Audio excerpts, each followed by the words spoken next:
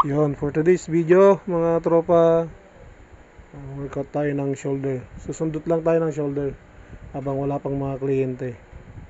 Yan. So, una, siyempre warm up. Kailangan yan, importante. Yan, matinding warm up kasi drop set yung workout natin. So, yan. Aguring mabuti. Then, first workout natin ay lateral raises. Yan. Start tayo ng 40 pounds. Yan. Then, after nyan, baba tayo ng 25 lb. Yan. Tapos, ng 25, dampot ulit tayo, baba tayo ng 15 lb. Dandan lang, yan, ganyan lang ng movement niya. Hindi yung parang lumilipad. Yan. Feel yung yung sakit yung sa delt.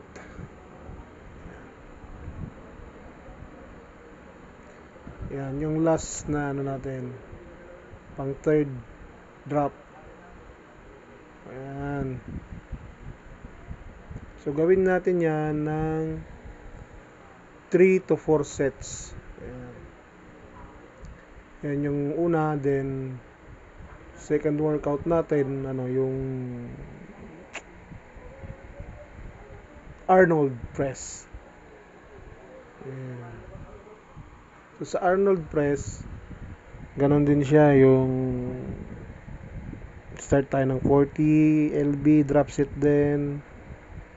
Then, baba ng 25 lb, tapos baba tayo ng 15. Ayan. Hindi siya, kung mapapansin nyo, hindi siya ganun kabigat. Ayan.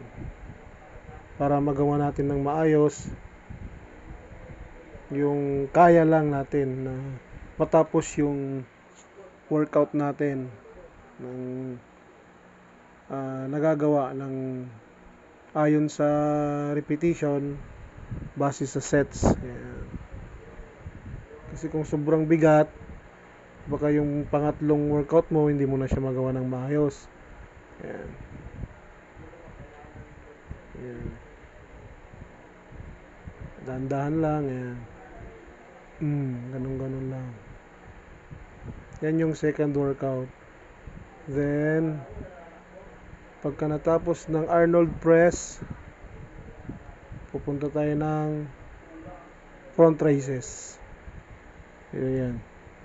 Gawin din natin lahat yan 3 to 4 sets. Ayan.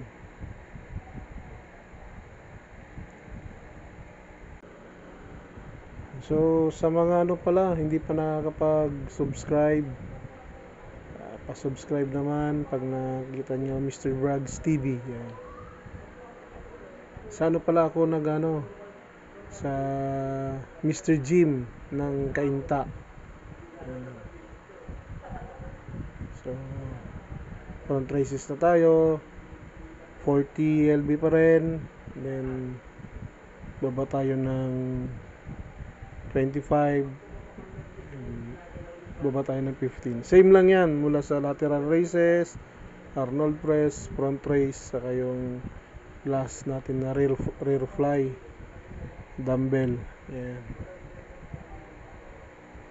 So sa front raises pwedeng isahan, alternate, pwede ring dalawa, pero dapat make sure na pag dalawa hindi yung kamas-kamas, kumbaga. Hindi yung ayan, tandahang taas, tandahang baba, yung negative niya control pa rin. Ayan. So yan na yung pangatlong workout. Una, lateral raises. Pangalawa, Arnold press. Pangatlo, front raises. At saka ang pinakahuli natin yung rear delt fly. Ayan. Ganun din sa rear delt. 40 pounds, 25, 15. So 4 sets din mga tropa. Sa rear delt fly, hindi ko na siya masyadong ibinibent, pero mas maganda kung nakabent pa konti yung katawan, or pwede rin nating lagyan ng tungtungan yung ano natin, head, diba, parang nakatukod siya, ganun. Pero dahil hindi naman siya ganun kabigat, so kayang kaya naman, so pwede na yan. Ayan. So gawin natin din 4 sets. Ayan. Hindi ako ganong nag-workout ng marami sa shoulder kasi yung ibang part kasi ng shoulder ko, gaya ng front delt natin, nai-hit na yan pagka nag-chest tayo. Ayan. So ayan, hanggang sa muli mga tropa, at sana po pa-subscribe Mr. Brags TV. Ayan. Maraming salamat.